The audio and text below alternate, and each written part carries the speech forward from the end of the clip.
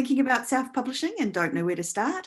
Join the Spa Girls each week for 30 minutes of honest advice, tips and resources. I'm Trudy J and I'm here with Shah Barrett. Hi there. Wendy Vella. Hello. And Cheryl Phipps. Hi there.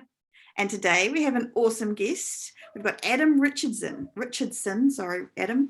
And he is a police detective who is going to tell us all about what officers carry on their belt, which I'm actually really, really curious about. So say hello. Hello. Thanks so much for having me. Thanks for being back again, Adam. Yeah, exactly. Yeah, it's awesome. Cool. So Adam's a repeat guest. If you want to go back and look, I don't know what the number was. It must have been a while ago. But it's an old episode with Adam talking all about the things that he does. But today, Cheryl is going to give a quick bio, and then we're going to get right into the questioning of what an officer carries in his gear. Okay, so as Trudy said, this is our second podcast with veteran police detective Adam Richardson, who spent 17 years of his almost 25-year law enforcement career as a detective. He hosts the Writers Detective Bureau podcast, where he answers questions about criminal investigation and police work posed by crime fiction authors and screenwriters writing crime-related stories. Adam has also developed a crime fiction guns course for every crime fiction authors need to know about firearms and ammunition, which is our topic for today. Wow. Awesome. Thank you. Thank you so much for having me. You're welcome. And we're really looking forward to it because I watched your podcast myself with the when you were discussing the tool about, I just thought it was so fascinating. I thought we just have to have you on the show and talk us through it. Yeah, so this is going to be a little challenging of what would typically be something visual. So I will do my best to paint the picture through the audio version of it.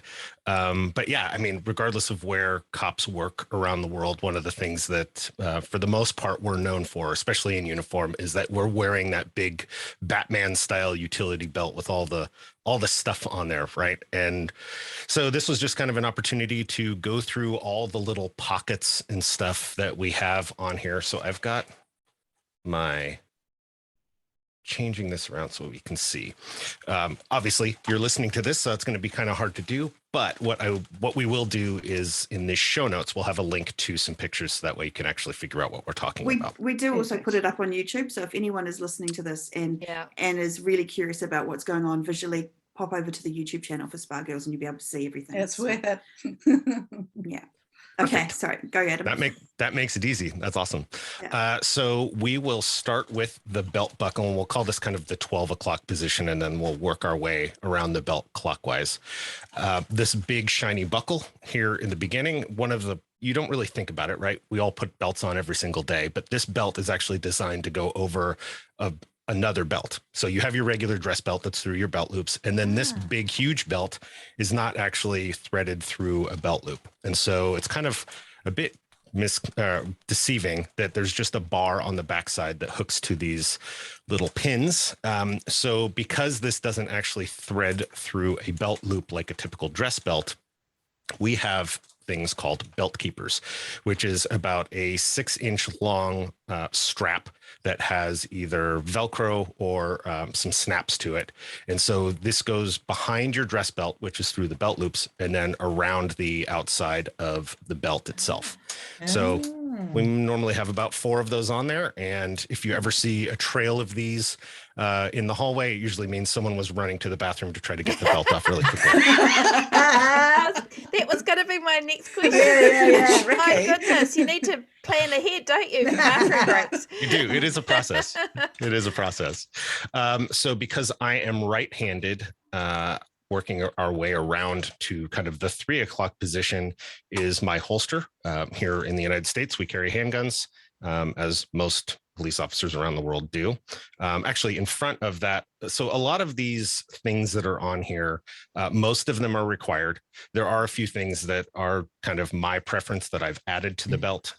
So I do have a little quick key clip that I can hold a key on, and I keep that right in front of my belt.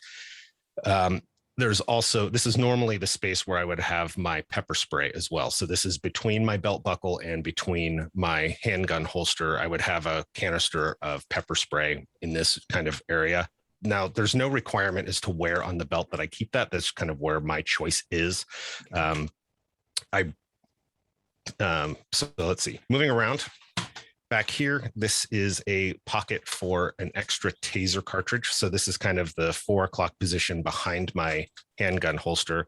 And so this is just an extra little cartridge that goes onto the end of the taser. And we'll talk about the taser here in a little bit.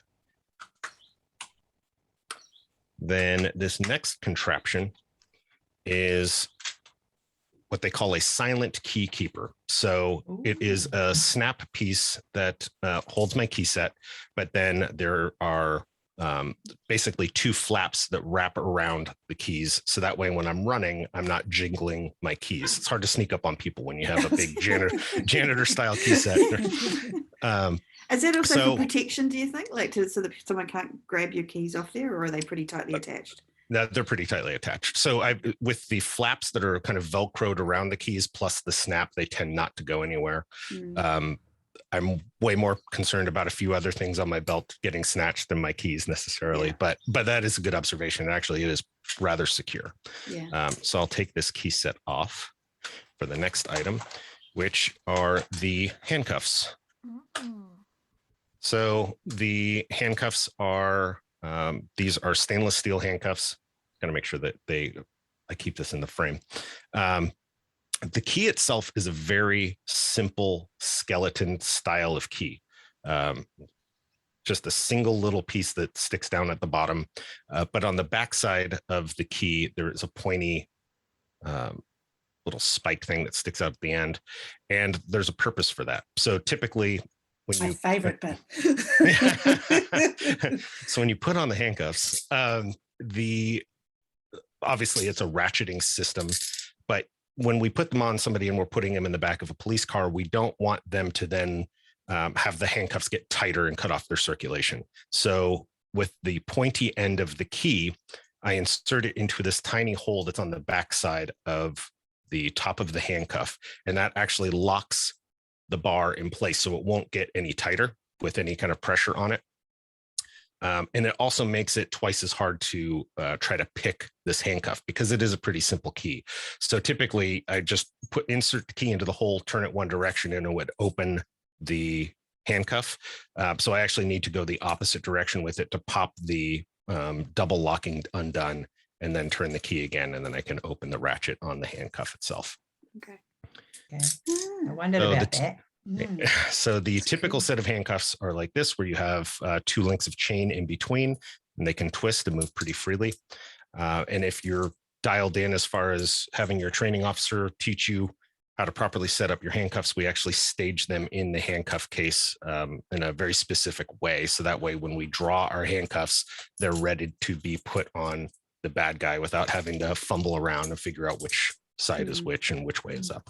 Yeah, that's a really good point, right? Like, so a part of what you're doing is trying not to look like you look a certain way. Like you pull them out, you got them ready, and you do it straight away rather than fumbling. Like, do you think that's a big part of what you've got to put across as a police officer? Well, even more so than how it appears, I don't want, if this is a fighting situation where the person's resisting, I need them to be exactly where I want them to be the way I need them to be, if that makes sense. So I don't want to then, if this guy's struggling with me, I'm able to get one cuff partially on and then the other one's turned the wrong way. And now I'm pushing the part that doesn't move against his arm, that kind of stuff. So we're trying to set things up so that way they're the same way every time. And that way we can anticipate making it a much smoother and safer kind of thing. So it's really more about safety than anything else. I do carry a second, I work in California, in Southern California. So having a second set of handcuffs is really useful. But this set is actually, they're hinged. So rather than 2 free spinning links of chain, these are 2 fixed hinges that don't twist.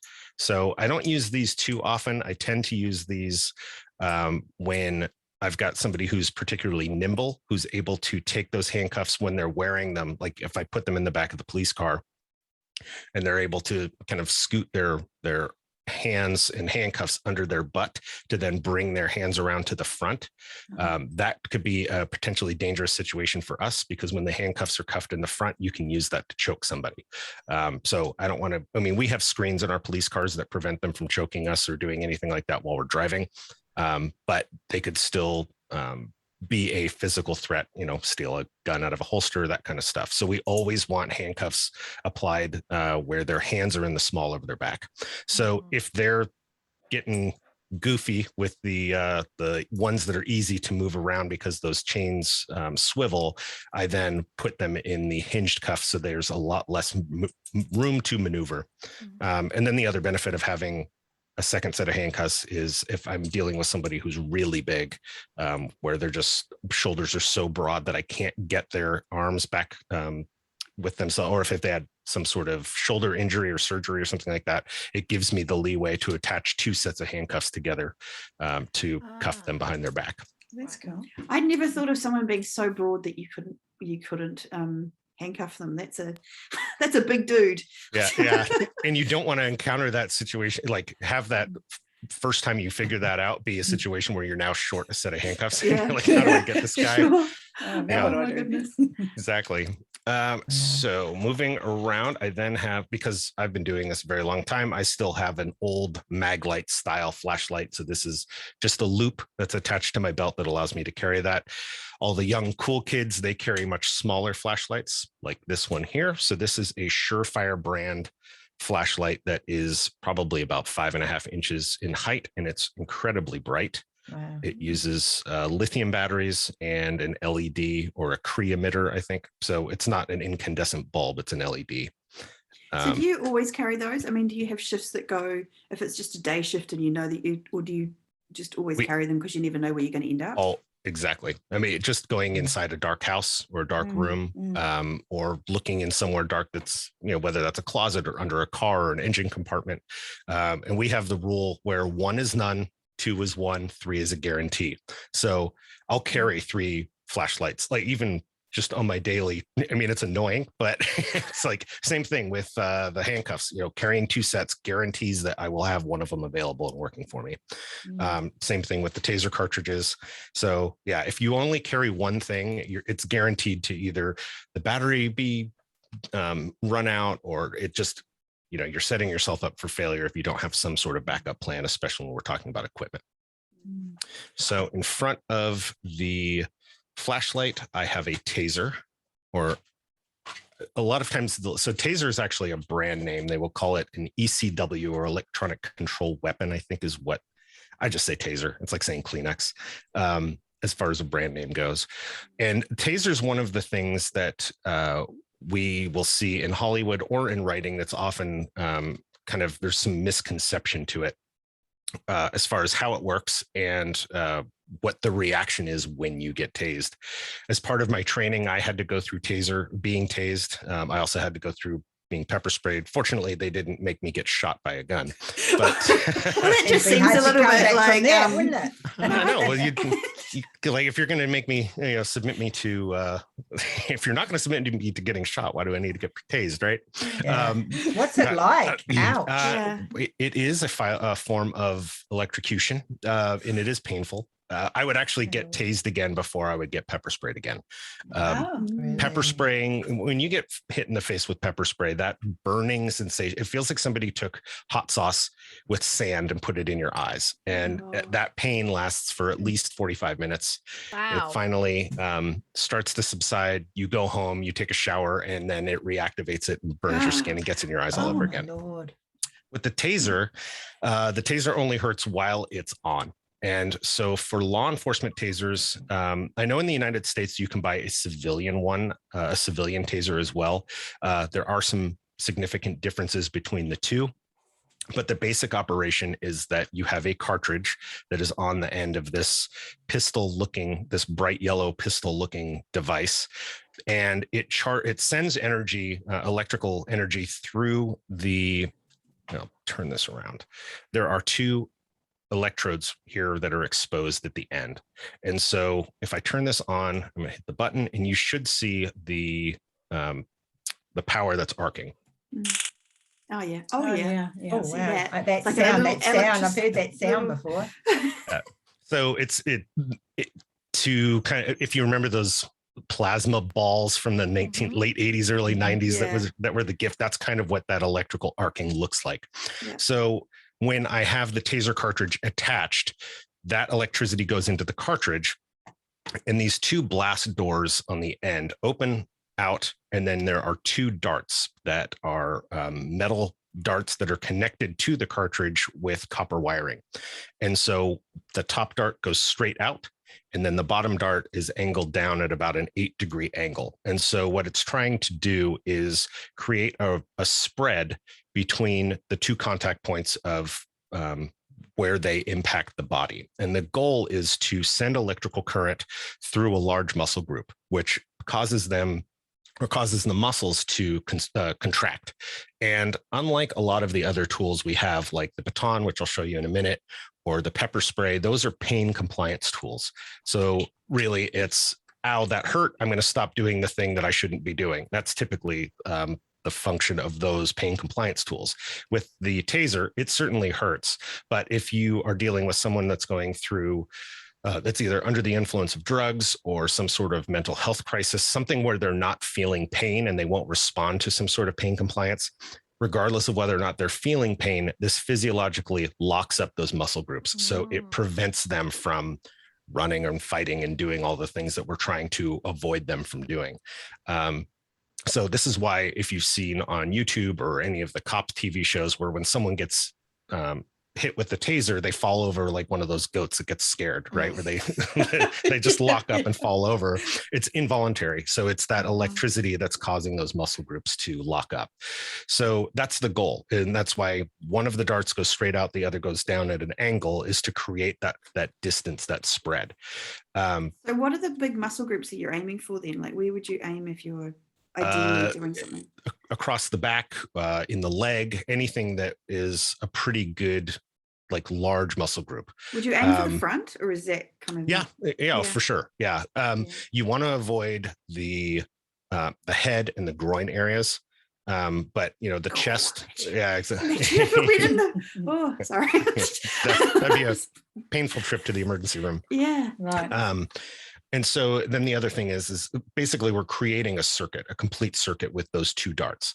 So if my first dart makes contact and the second dart misses, it just misses the guy completely, or it lodges in his wallet, his back pocket or something where it's not making that electrical current, nothing's happening. I can then take the end of this taser, which still has electricity running through it, and make a physical touch to complete the circuit. So I can have a dart in their in the shirt, in their chest, and then I can then push this up against his knee, and then everything in between, all the muscles in between those 2 points are going to lock up. So, and the real goal of tasing somebody is to be able to handcuff them, to get them essentially under control. So that in a nutshell is the taser. Can I just ask about the color? Sure. So the bright color is so that way you don't mistake this for a handgun. So most handguns are black or some sort of dark subdued color. And this is the big, obvious, non-lethal tool. And most, or I shouldn't say non-lethal, we call them less lethal because there's always the possibility that, you could use a straw or pen to as a lethal weapon if you were really creative. So it's really about making this as less likely to be lethal as possible. It does make it look a bit less scary, if you know what I mean. Like just something about that bright color just makes it sort of seem more like a. Sure. And if I'm an officer responding to a scene and I come up and see that there's, two police officers there and they're both in a shooting stance, but I see the bright yellow, I know that he's not pointing a lethal weapon, he's pointing a less lethal weapon. Yeah. So it's just more just another visual clue to try to prevent any kind of miscommunication or basically mistaking what was happening for what's really going on. That's awesome. That's actually a really good point. Can I also ask, what's the difference between, you mentioned the civilian one versus the police ones? Great question. So the law enforcement one, obviously, if I use this, I have to justify my actions legally. So it's going to go into a report, and I need to be able to explain why I drew this taser, pointed it at the person, and deployed it. For all of those things I need to justify. When I pull this trigger, it goes for 5 seconds. And if I were to pull this trigger a second time, I need to be able to justify the second time, like why I needed to pull this trigger again. On the civilian version, this is a self-defense tool, and you're not worrying about having to, all the other justification things. It's just basically, I'm pulling the trigger and I'm running. I'm trying to get away from this threat. And so the civilian version will have a longer lead, a longer set of copper wires, so you can be further away. And it gives you a 30-second time for the electricity. So you pull the trigger once and you set it down, and that guy's going to be doing the fish dance for about 30 seconds. Versus the law enforcement version, where for every 5 seconds, if I'm pulling this trigger again, I need to be able to justify exactly why I'm doing that. So you can only do it once, but it does it once for 30 seconds on a civilian one. Right. So actually, if I hold this trigger down, it will continue to cycle through. So it's one of those training things for us where I pull the trigger and I let go of it. So that way I'm not continually administering an electrical shock. But yeah, so the 30 seconds versus 5 seconds, and then the longer lead, or the differences between the civilian version and the law enforcement version. So is anyone other than police allowed to use the law enforcement version, or is it just like security guards or anything like that would have a taser? That's a very good question. I'm not sure. I don't know if there is a legal, I don't think you can be a convicted felon to carry a taser or a pepper spray or mace, at least in California. So I'm not sure of the legality of whether you could. I mean, honestly, it's probably, it would probably be fine, because it's not offering greater capability. It's actually less capability. But you do have to go through a background check to get one of these, no different than if you were buying a handgun. So, or at least that's the case in California. I can't really speak to the rest of the United States or anywhere else for that matter. That's cool. The reason I ask is I have a character who tasers someone in one of my books, and now I'm going, oh, maybe they're not allowed to have a taser. I'm like, oh no. I'm sure they can't. So that actually brings me to one of the points that I was going to address before, which is, especially in Hollywood, it doesn't knock you out. It makes you, all of your muscles are involuntarily contracted. You're going to have a severe adrenaline dump of, man, this really, really hurts. This hurts, mama. I want to go home. But you're not passing out. You're not blacking out. You're not, it's not like the magic sleep medication that, that a lot of stories will have them believe, where, it doesn't literally stun you to the point of unconsciousness or anything like that. So as soon as the electricity stops, that person will be back in the fight if you haven't put them in handcuffs, potentially. So that's good to know. So the muscles unlock after, once the electrical current stops, the muscles and then they're fully ready. Are they fully ready to go again, or is it sort of a little bit less capable because it kind of? It depends on how winded they are from the adrenaline dump and just feeling tired from it. I was going to say, the adrenaline dump alone would exhaust you, right? But after my tasing, once it's over, it's over. I mean, I was a little tired and was like, man, that was not enjoyable. But if I was in a fight, if somebody used this taser against me while I'm working, like if somebody got an officer's taser away and tased me with it, I could certainly, once the electricity stopped, be back in the fight. It's not like, okay, I'm now incapacitated or anything like that. So as long as the juice is not on. Do all law enforcement have to go through being tasered? I believe, well, if you're going to carry them, they're not required. I'm stumbling over my words. The taser is actually more expensive than the handgun, or at least the handgun that I carry. So not everyone will necessarily have them. Most agencies do, just because it's one more tool that we can use that hopefully will keep us from having to resort to some sort of lethal force. But they're definitely expensive, so they should. When you talk about it being expensive, are you personally having to buy them, or is it just, you mean the department? No, it's the department have to buy them, and But if this is an $800 or $1,000 purchase and you're multiplying that by the number of officers that you have, that can be really expensive. So only the favorite officers get the tasers in the department? Is that what you're saying? No, it's an all or nothing. So, I mean, they will go to the patrol officers first, and then, administrators and all that kind of stuff. Yeah. Can I just go back to so when the pins do they go into your skin? So do they not hurt? Do they hurt? Does it feel like a bit of a sting from that after? A little bit. They certainly leave a hole. That's what they call signature marks that they last for a couple months. But oh my God, don't you love the euphemism? Signature marks. Right.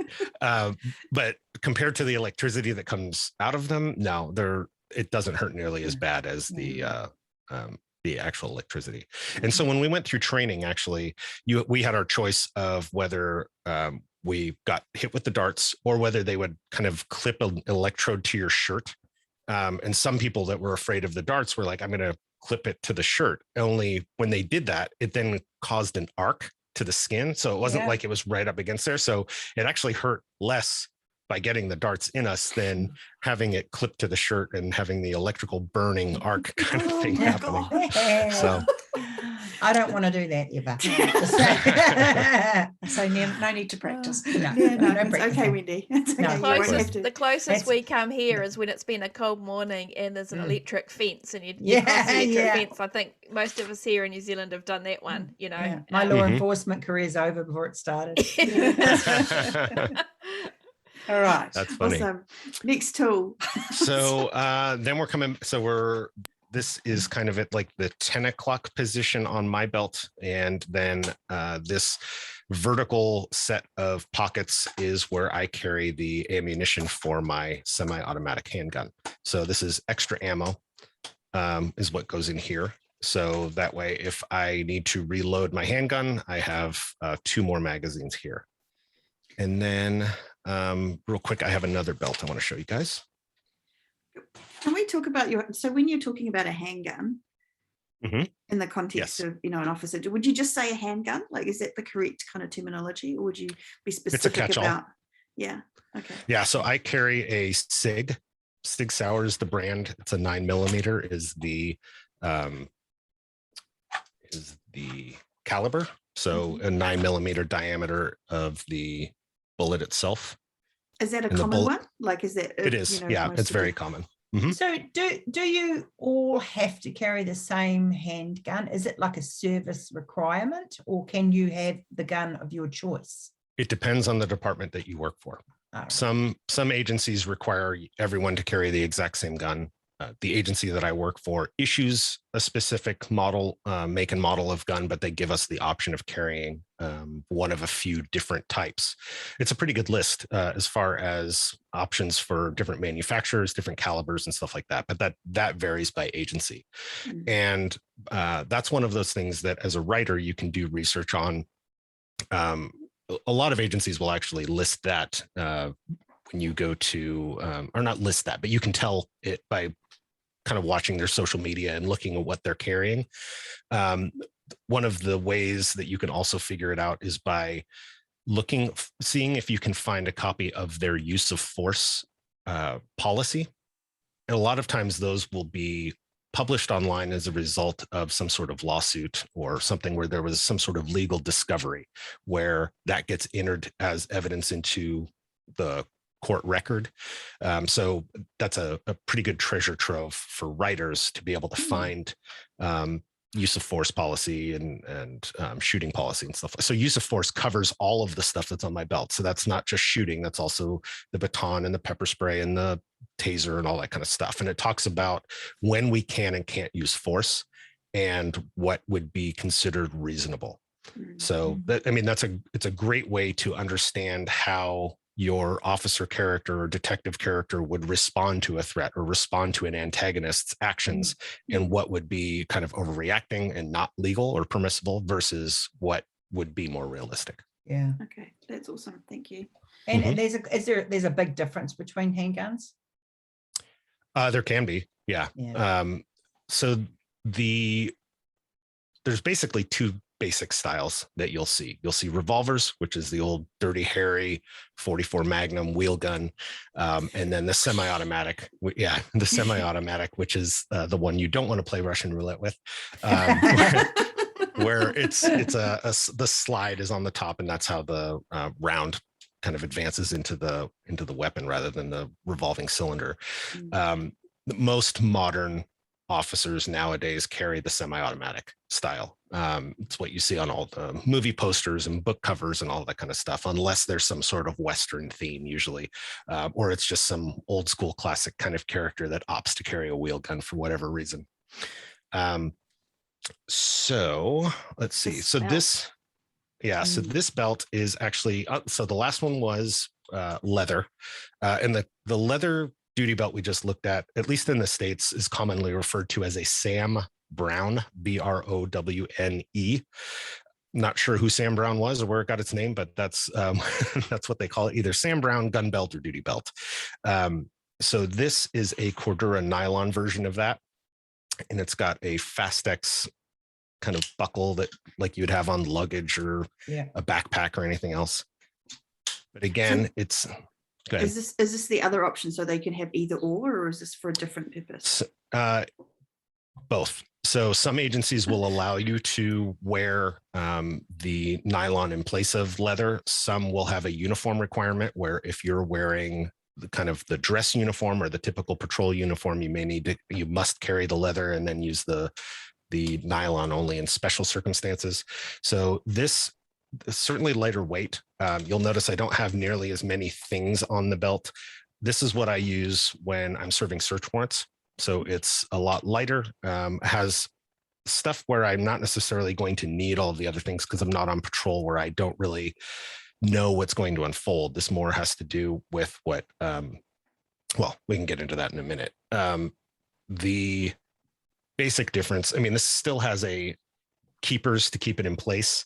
I used to have, so I worked in a covert detective unit for about 14 years where we did a lot of surveillance, and then we would, jump out of the car and go arrest this guy when we had a moment of opportunity. Like he pulls into the gas station, we're able to box him in and grab him as he's walking in to pay or something like that. And so you needed to be able to go from sitting in a car for 12 hours and trying to be comfortable and you're wearing jeans and a sweatshirt to having your belt on and having your vest on. So I would have a drop leg holster. So unlike the one that you see here, it would actually hang down a little bit further, and then it would have a strap or two straps that went around my leg. And other than, it's one of the things that it looks cool, but there is actually a very practical purpose to that. And it's in that scenario where I need to get my belt on very quickly, like in 10 seconds or less. I don't have time to put on my little belt keepers through my dress belt and make sure my belt's going to be in place. But I may, if I'm chasing a murder suspect, I'm not going to have, I don't have time to put that belt keeper on, but I also may be getting into a fight with this guy. And the last thing I want is to have my belt spinning around my waist and have my gun, spun to the back where I can't reach it, or spun to the front where he can get to it. So by having a drop holster, I basically am able to take this belt, snap it around my waist, however it ends up. But then with the drop holster, I know my gun is going to stay on my thigh, so it's not going to move. So that was one of the main considerations about having this nylon setup.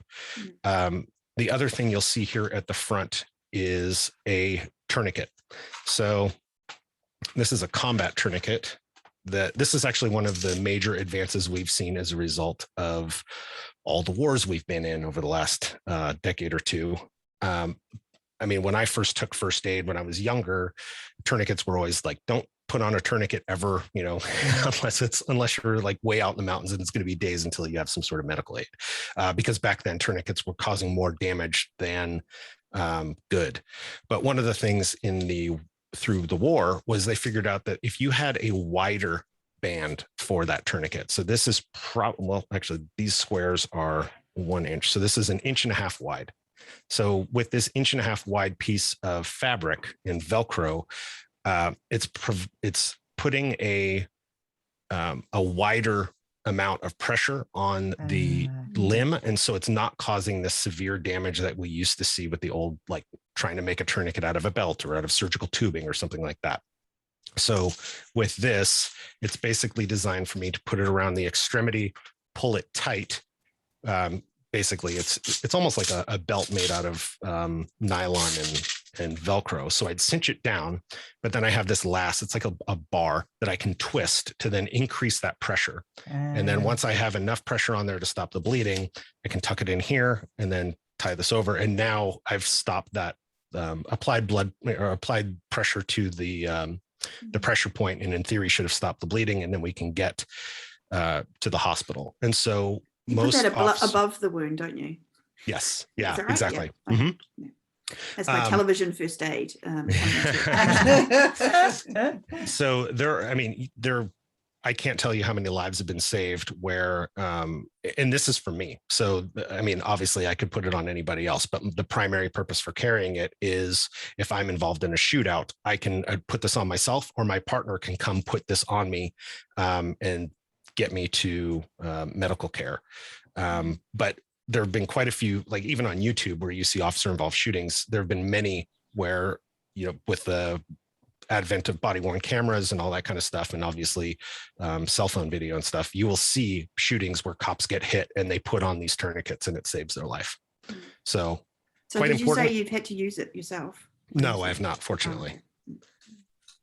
No, that'd be a really bad day if I did. Yeah. Is it quite common that officers are in the line of duty having to use them? Yes, more and more so. It's kind of newly adopted in the last few years as far as law enforcement, but just seeing the benefit over the last few years, it's certainly becoming a much more popular option. Yeah. And I've seen quite a few holsters now where they attach it to the holster for the tourniquet, I've seen attached to the front of the handgun holster, kind of as a convenient place to keep it. And that way it doesn't take up as much space on the belt like it does with mine. Okay. Most of the rest of this belt is pretty much the same as before, but I'm going to show you. So this is a Pr24 baton. So this is a 24-inch long aluminum side handle baton, which was what I was issued when I first came out of the police academy. Move this out of the way. And then a lot of departments have also gone to an expandable version. So this actually extends out and you can keep it on your belt. This was actually, I love the big side handle baton, but I got this when I was a detective. So that way I could carry this on my dress belt under my suit coat if I needed it. That's what I wanted to ask you actually. Like so when you're a detective, you don't have to wear the uniform as such. So how do you, but you also put the utility belt on underneath. Like I have this vision of like police detectives with their suits and stuff. Like I'm going with TV here. So. Right. So yeah, as a police detective, you're not typically carrying. Well, first of all, you're not wearing that belt. You would wear the nylon belt if you're about to serve a search warrant, but and you'd have some sort of most likely an external bulletproof vest, as they would call it, body armor. They're not really bulletproof, but we can have another discussion about that. But the leather belt, you're typically not wearing that with your suit, but all of the equipment that's on there, you still have access to. So I may throw my taser and my little collapsible baton in my briefcase and carry that with me. And then I would have a flashlight, my handcuffs, and my handgun on my dress belt underneath my suit coat. So it kind of is based on what you think you're going to need for the day. Is that because you're considered more experienced as a detective, or you maybe not coming into those situations as often, or what's? Well, yes, great question. When you're a detective, you are working a set caseload. So I know what I've kind of have a plan for the day. I know who I'm going to be talking to. I should probably go back to this view. I know who I'm going to be talking to. I know, I shouldn't say I know. I don't have the same unknowns that a police officer has. Mm. So they need to have everything available to them because they're pulling over cars and they're responding to 911 calls, and they really don't know what's going to happen next. Mm. Where as a detective, I know that I'm going to interview a witness. So I don't need to be geared up like I'm going to take down a murderer if I'm going to talk to somebody who's the victim of a crime or the neighbor who saw something. Mm. So you have a little bit more control over how your day is going to go, and what you can do a little bit of threat assessment on how you think the next interaction with the public is going to be. Mm. And you're not necessarily out there, responding to emergency calls and shootings and, all the scary stuff. Yeah. Do Well, police officers go through continual training? Like, for example, the Tourniquet, I'm assuming it's not a one and done training on that, or is it?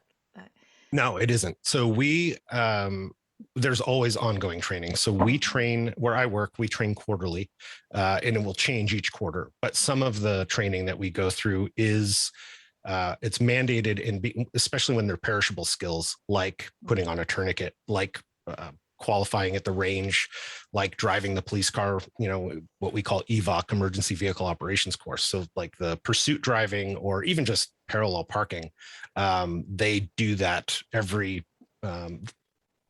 depending on what the skill is. It can be every quarter, or it could be every 2 years, once every 2 years, whatever. But yeah, those kind of things are incorporated into our training. And we do have ongoing training throughout the year that's required. And I've got one question, just going back to the nylon belt, where you're talking about if you're on a stakeout, for example, and you can quickly put that belt on with the thigh holster, was that right? Or the drop holster. Is that like a separate strap? So that would go around the outside of your jeans, for example? Yeah, exactly. Okay. And it's like a snap kind of closure, is it, or Velcro? Or it's just like the buckle on that big the nylon belt. Oh, okay. Yeah. So just like a strap on a backpack. They can get it on really quickly. Yeah. So 2 snaps of 2 buckles and I'm ready to go with that belt, versus hooking the bar and looping 4 or 5 belt keepers around. Yeah. Okay. So I had a couple of questions about, so first one was, can you talk about the pepper spray a little bit more? Like, I'm curious about, like, do you just press it and it sprays it out? And like, what kind of distance does it have? Or does it get on your hands? And does it get on your hands after you sprayed it? Like, is it a close-up one, or is it something you can do from a distance as well? A hairspray. So I've had a couple different ones over the years. The first ones they gave us were a fogger, which pretty much affected everybody. So that wasn't the best. No. The ones we have now are a stream. So, it comes out almost like a squirt gun. It is under pressure. So you stick your thumb on the button, push down, and it shoots a solid stream, probably a good 10 feet or so. Wow. But with the stream, you need to be more accurate versus with the fogger, where you can just kind of point it in the direction and they'll get it.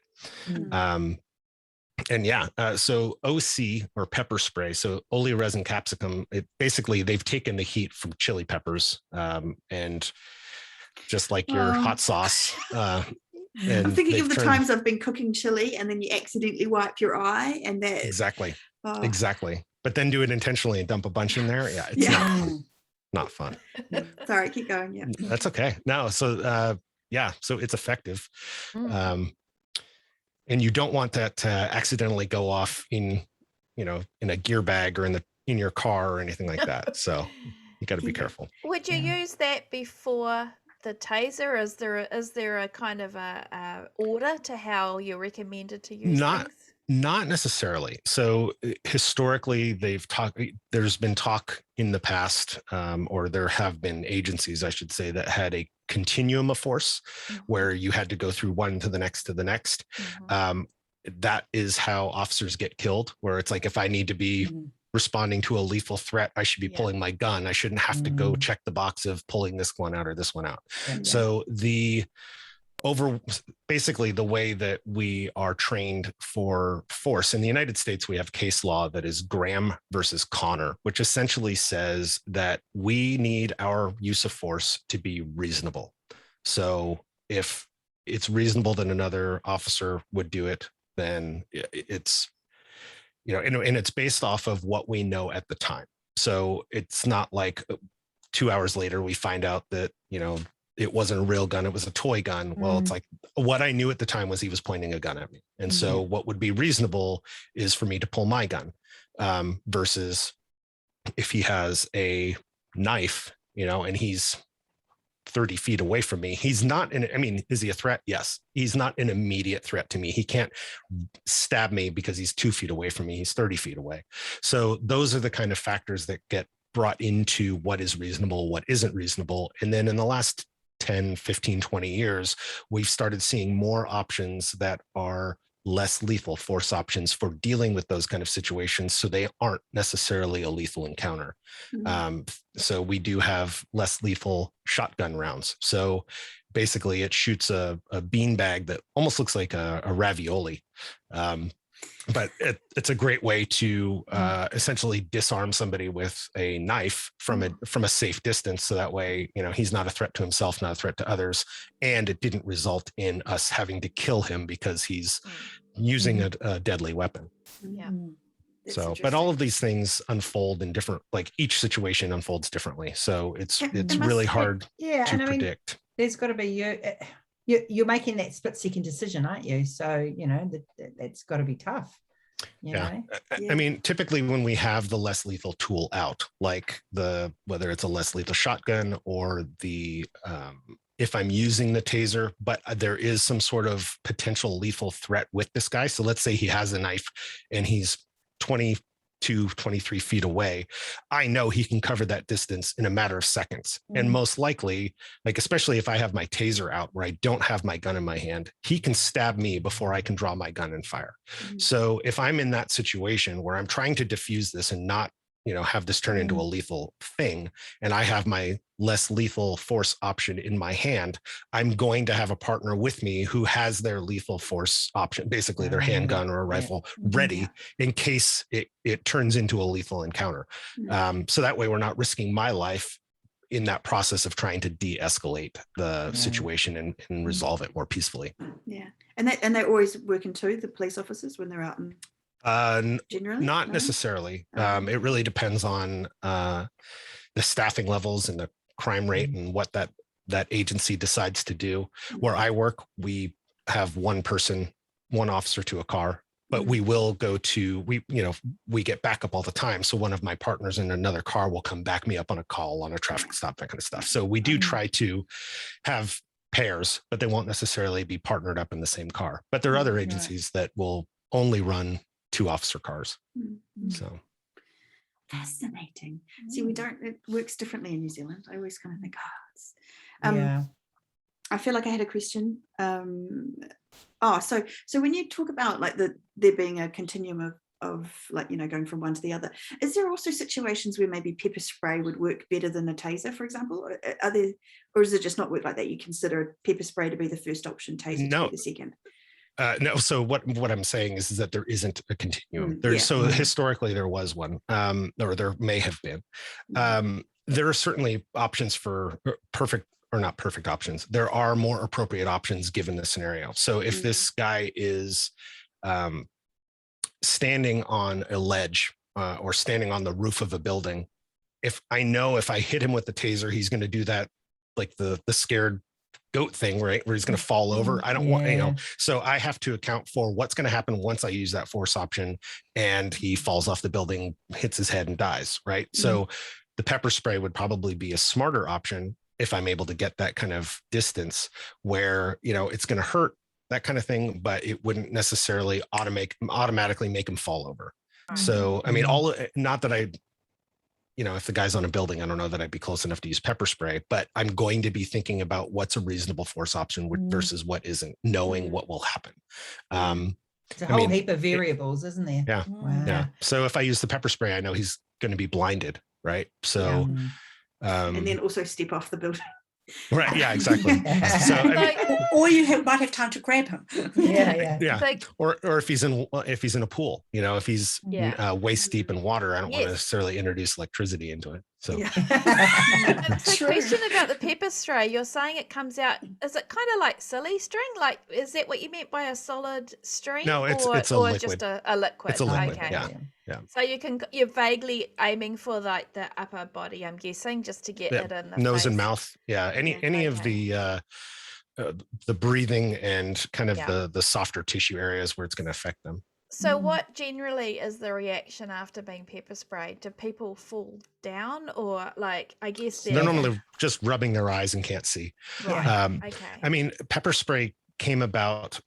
Pepper spray replaced mace, which was a chemical version, and that was really popular in essentially the 1990s. This newer generation of police officer that we see tends to be more reliant upon the taser, because the taser has one, it doesn't affect your partners, right? If I'm fighting with a guy and somebody comes in and pepper sprays the bad guy, he's going to be pepper spraying me as well. So all in all, you're pretty much contaminating everybody involved, and no one likes getting pepper sprayed and having their uniform covered in it, stuff like that. So we kind of see trends as far as what the officers are more comfortable with. A lot of times has to do with kind of a generational thing almost. And just familiarity and what seems to work the best. So we have, we certainly see officers that tend to be much more reliant on their taser than they probably should be. So, and I mean, and I see it in the complete opposite direction as well, where, you have the taser has a flashlight and a little red laser dot that projects out so you can see where the dart's going to go. And so if you don't have a gun light on your gun, and you have this cool light on your taser and you're doing a building search, I've seen officers where they have their taser out doing a search, and it's just like that you're potentially going into a lethal situation with your less lethal option. But because it's the cooler, fancier toy, I shouldn't say toy, but that's kind of how they're treating it, rather than using the appropriate piece of equipment for the situation. Officers now are tending to, in the last several years, last decade or so, start to have weapon lights on their handguns. So that way they're not relying upon a separate flashlight while they're searching and stuff. So that's kind of going away a bit, but it's just one of those training things that we need to address. Adam, can you talk about what you did in your last podcast that I listened to about the muscle memory for the gun versus the taser? Sure. Yeah. So I'll grab my belt real quick. And this is just my own personal observation and my own decision on how I set up my belt. But I read a great book called The Talent Code. And it really is breaking down how we learn when we're talking about the neurological growth that occurs as we're learning, whether that's learning to type, learning to play a musical instrument, learning to talk, like learning a language. Anything physical, anything mental or whatever. And I'm sure you've heard it takes 10,000 hours of practice to become, a master at something. And really what the Talent Code talks about is how they have kind of come up with why that number is significant and what's happening in our neurological system. And as we repeat actions and as we learn to do things, we're essentially there's a substance called myelin that is essentially a sheath that goes around our neural receptors. I'm totally butchering the science part of this. But, Sorry, we don't know. We don't know about the science. But according to the book, essentially, and we knew what myelin was, but it's only more recently that we knew what the effect, like what it actually was for. And so the more we practice things, the thicker that myelin sheathing becomes. And it's almost like an insulator. It's almost like you're taking a copper wire and turning it into fiber optics as we learn to do something. And it creates this, if you've ever learned to touch type, it's how you go from, okay, I'm got my finger on the home key of G and H, and now I'm making my finger go from the H to the Y, and I hit the wrong button, and it's like incredibly tough in the very beginning. And then you get to this point where you don't even think about the letters, they just come flowing out of your finger. And that's that myelin has built up to the point where they've created this little, almost like a groove where it is so familiar. it now becomes easier, and it's so easy you don't even think about it, right? So as we're learning to play a musical instrument or do any of these things, it becomes faster and faster, easier and easier without us even thinking about it. So when we are in the police academy, or when we're, at the shooting range or whatever it is, we practice drawing our weapons and knowing where everything is on our belt. So just like the quick draw, guys you'd see in the old cowboy movies, right? So we're doing that every time I'm pulling my gun out, whether that's at the range or for real out on a traffic stop or something like that. Every time I'm doing that, I'm reinforcing that muscle memory back and forth, back and forth, back and forth.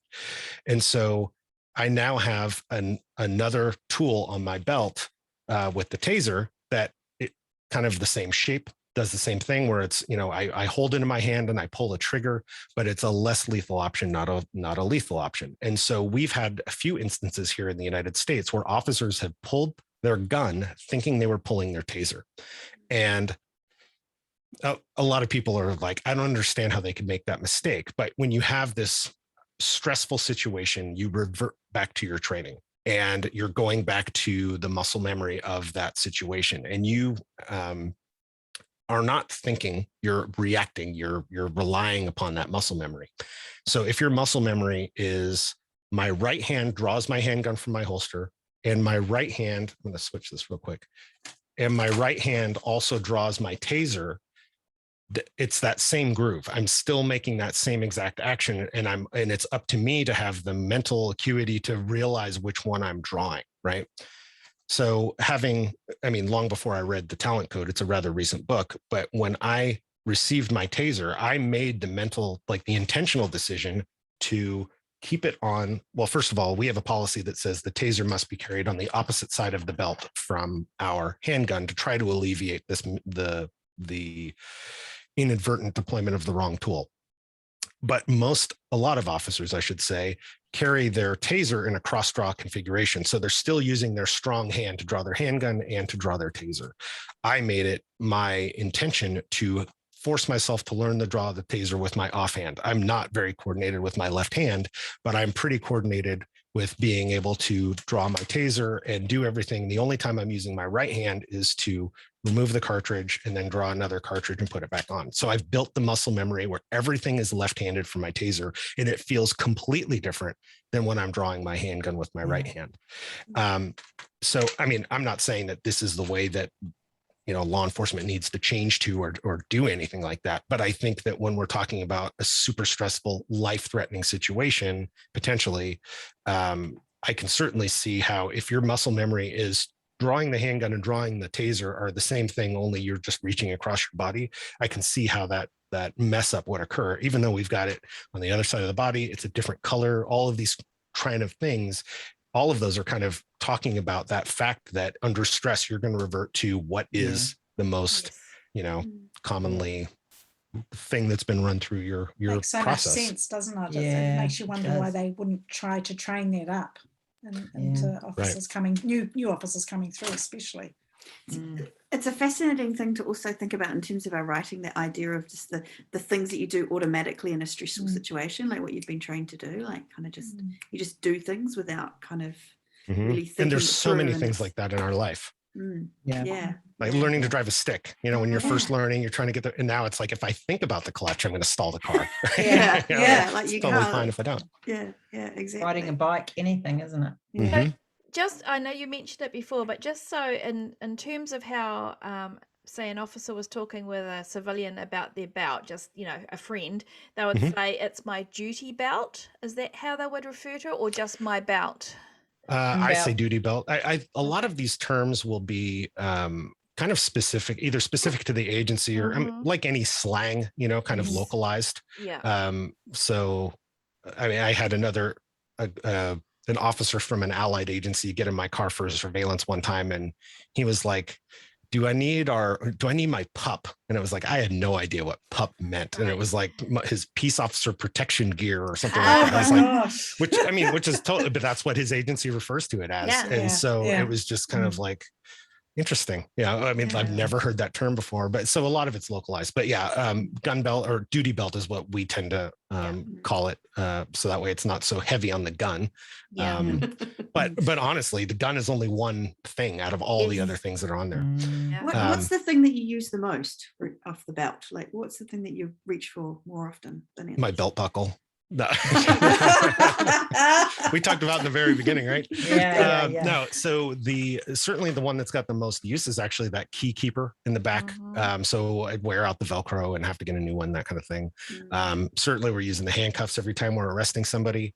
I mean, that's a tough question. It kind of depends on the day. Okay. I have a question just about handcuffs. I've also seen, I was in New York and there was a big protest thing on, and I wasn't in the protest. I just like to point that out. I was, Point A taken. watcher.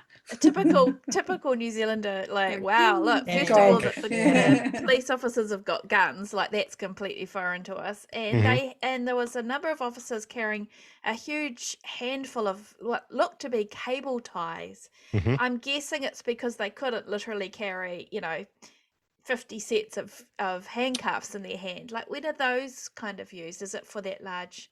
It is. Yeah. So those are called flex cuffs. And they are essentially, they'll either be two individual like cable ties or zip ties that are interlocked, or it will be a specifically designed another version where they're the loop through to the center. But yeah, they do look like cable ties, and that's really for mass arrest kind of situations. And I mean, handcuffs are expensive. I mean, I bought those both of those probably 25 years ago, and they were $45 back then. So they're probably 50 something or 60 something bucks a piece. So, and they're a lot to,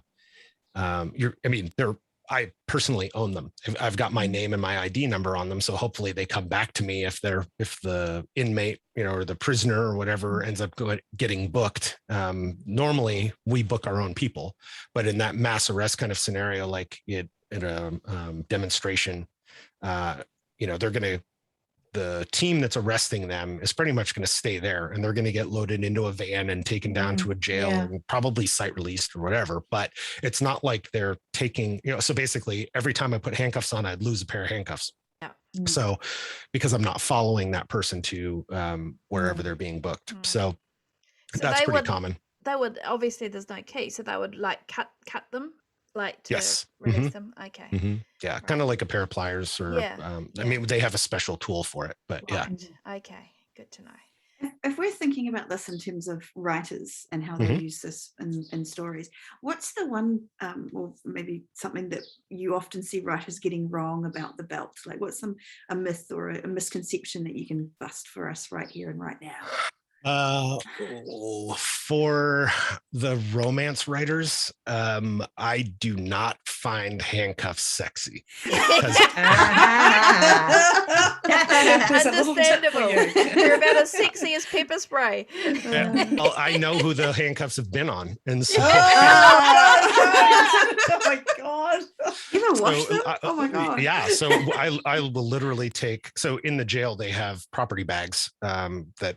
Just clear plastic bags. They're pretty tough. They're tougher than like a sandwich bag, but I'll take one of those property bags, put my handcuff in it, and just squirt it full of disinfectant and sanitizer, like the hand sanitizer stuff or the spray, and just shake it up like a Jiffy Pop bag of popcorn, just to try to soak my handcuffs.